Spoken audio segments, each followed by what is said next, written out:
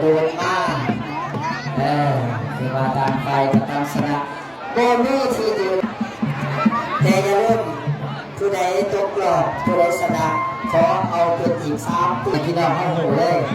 ที่2 5 แสนที่3 2ที่3ที่4ที่5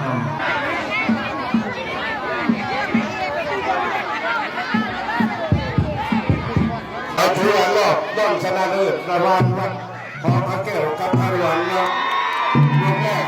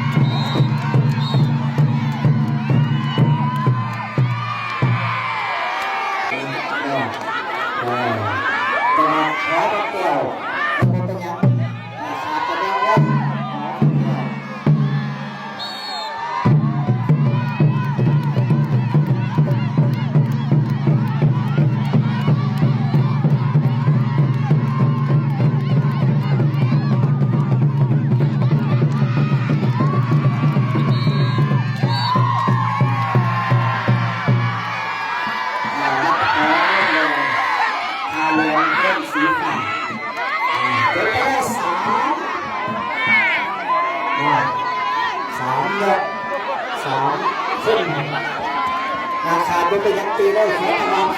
ตัวใส่ทับตัวหน่อยเลือกคะแนนไม่ละหาทำกรรมการมีมณีสอนคุณมณีศักดิ์ศิลาเราพวกทางเราเป็นพวกเป็นไงเนาะสัตว์เนียมใช้มากรรมการสี่เห็นใจมาแล้วคะแนน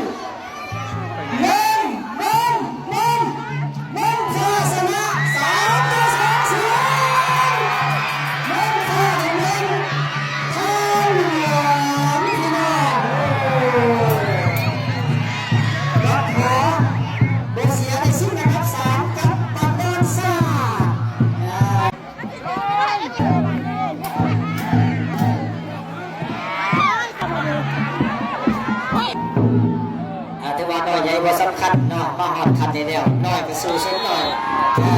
ไอเสียใหญ่แข็งใหญ่ก็เสียเด่นสาดเนาะ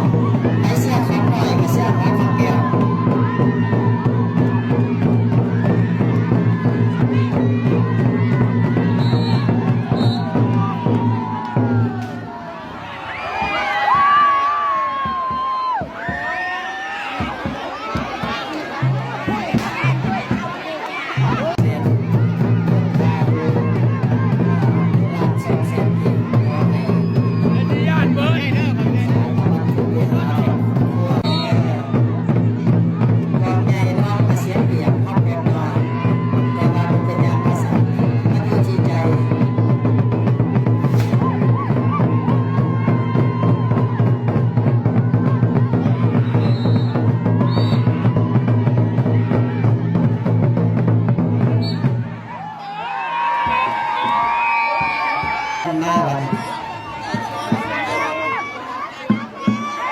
มาอีกเลยสมเสียงสมซาสมลืออันนี้บันดาลศาสตร์ครับหอพระแก้วเนาะบ่อยากประกาศเด้เมื่อนี้แก้วนามาสิฟันแหละเนาะเอาเลยถือว่าครูซิ่งอันดับ3ขอยินดีกับอันดับที่3ในมือนี้เนาะอยู่ที่บ้านหอพระแก้วเมื่อนี้วันที่เท่าไรอาจารย์วันที่15เดือน7เดือน5 2025ยินดีนะอันดับที่3ได้แก่พ่อบ้านเพชรนั่นกันหาเดินแซ่บ FC ข้ออันดับ3ด้วย เงินรางวัล400,000 กีบกับเงินอัดฉีดอีก100,000 กีบโอ้โห200,000 จากสายตะวันพรหมวิหารผ่านไปแล้วที่4หอพระแก้วได้300,000 พร้อมกับเงินอัดฉีดจากสายตะวันพรหมวิหารเป็น500,000 กีบอุ้ยเงินเป็นเสียเพื่อนผู้เมืองแดงบอกเขาถูกร่วมแล้วผู้ใส่ม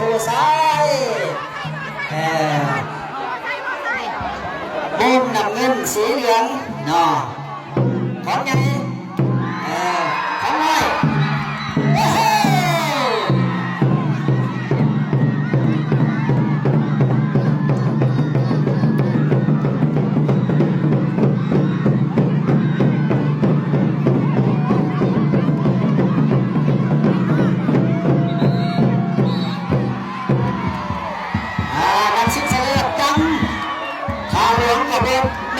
ผู้ใส่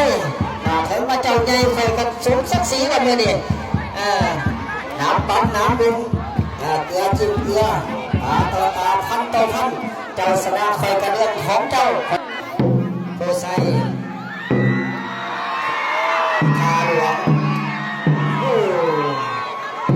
มีสอนสักสิอันนี้เป็นพี่น้อง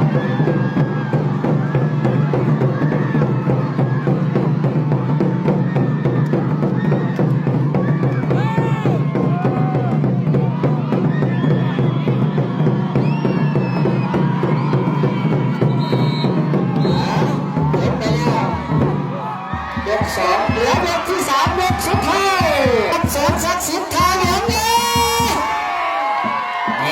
นี่ก่อนจะไปถึงยกที่3ขอฟังเสียงพ่อใส่เนี่ยก่อนจะถึงยกที่3ขอฟังเสียงคนที่มาเป็นกองเนี่ยเอาอยู่ทางกลางเสียบแสงบาน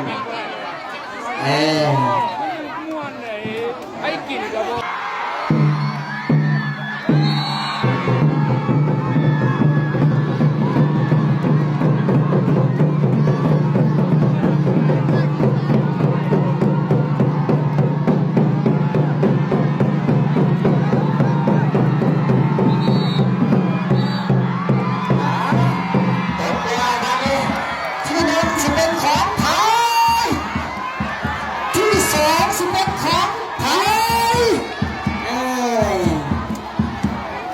วนแค้นแกนคูดมันฝากมากเราอยากเสียสายตาแต่มันเป็นไปแล้วว่าสัน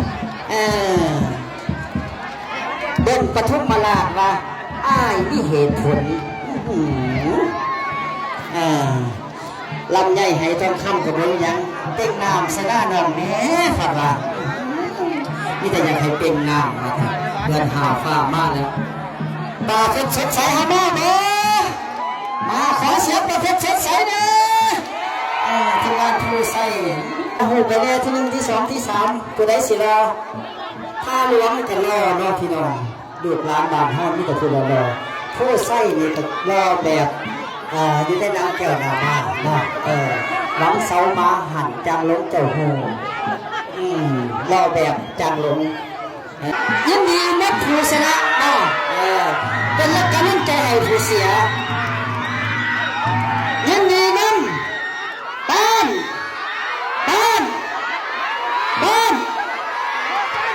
โอ้ยสวัสดิ์ผู้ใส่แม่นสบาย